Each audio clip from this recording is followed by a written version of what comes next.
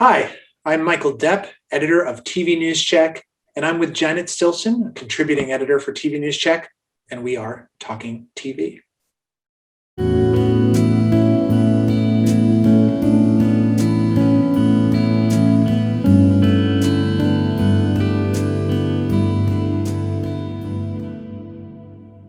Hi, Janet, welcome.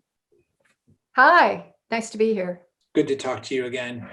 And Janet, you have a really interesting article this week with us about sports betting, the advertising category, which has become this huge breakaway category in spot TV, as was highlighted in the last round of earnings reports. So, how big of a phenomenon is this? Well, I don't have any actual numbers for what's been happening in recent quarters, but what sales executives are telling me is that it really started to hit its stride in the third quarter of last year, and it picked up pace in the fourth quarter, and then even cranked up even higher in the first quarter. And now people at the TVB are expecting that for some station groups, it could become the number 2 category behind automotive. Depends on, what states they cover, where their stations are, because right now sports gambling is only legal in 20 states along with the District of Columbia, but there's a handful of other states right behind those 20 that are going to be opening up before the end of this year. There are also, some people think that it could become the number 1 category and top even automotive in 3 to 5 years' time. Wow. So it's pretty considerable. Yeah, that really is.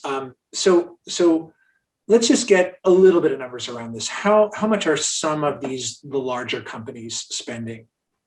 Well, according to Kantar data, which was analyzed by the TVB, they looked at numbers for November of 2019 through December 1st of 2020. So this was largely during a period when things were just starting to ramp up and hadn't really hit full volume yet.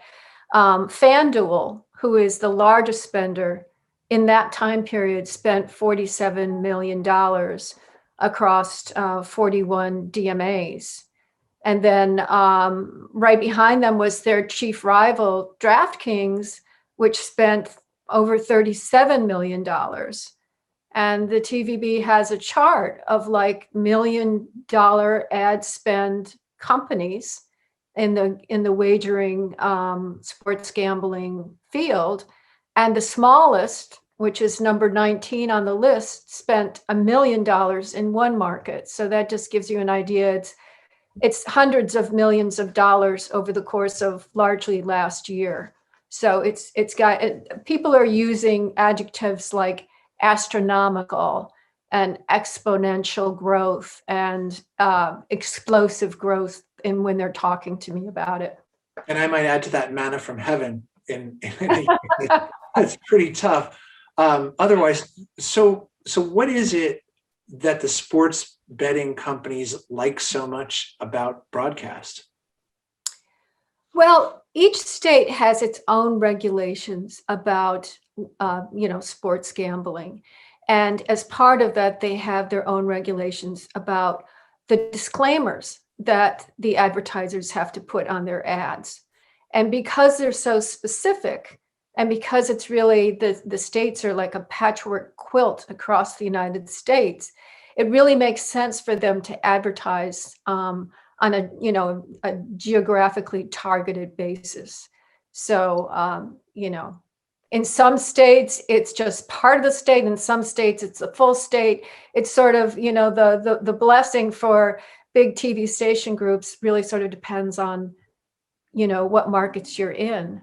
But they love spot. They love cable for the same reason. Those are and also digital. Those are the most attractive for them. So, unlike other spot categories, the pandemic was actually good for sports betting. Why is that? Well, as was true with many, many, many public businesses, the casinos had to shut down during the pandemic. And so a lot of people who like to gamble were suddenly, gambling at home, online. And of course, everybody loves sports. And although some, live sports were shut down for a while, um, this was something that people really got into. So there, based on your reporting, there seems to be a kind of pattern here as to how these sports betting companies advertise, and that's tied in part to their state by state legalization and the fact that that's an ongoing process. So I know you got into that a bit. Briefly, what is the pattern that they follow? Sure. So this is according to an analysis of Katz Media Group and TVB. They discovered that in the first year after a state legalizes sports gambling, the advertising is just astronomical. And then after the first year, for 6 months or so, it decreases by about half. And then 18 months to 2 years down the line, they dial back quite a bit. So, but nobody's gotten to the point where they've gone dark. None of these advertisers have stopped advertising. And as it stands right now, only half the country is opened up to sports gambling. If you look at the number of states, you've got the 20 and then another 4 or 5 coming online soon. And some people believe that eventually the entire country will be opened up to sports gambling. So there's a lot of upside, even though some of the more mature markets the advertising may dwindle. There's a whole, new potential wave of advertising that could come from these newer states. But the money is essentially front loaded. The bulk of the money comes first. So Yeah. Spigot kind of tightens up after that a little bit. Yeah. So you mentioned earlier that that we might see this category overtaking auto in the next few years potentially. I mean, is there any downside? Is there any sign that this could abate at the same time? Well, there's no legislation out there that could shut sports gambling down across the country. If that's what you mean. I mean, it seems, other than, what Katz and the TVB have noted in terms of how it eventually, trickles away a bit, there's nothing that suggests that it's going to go away anytime soon.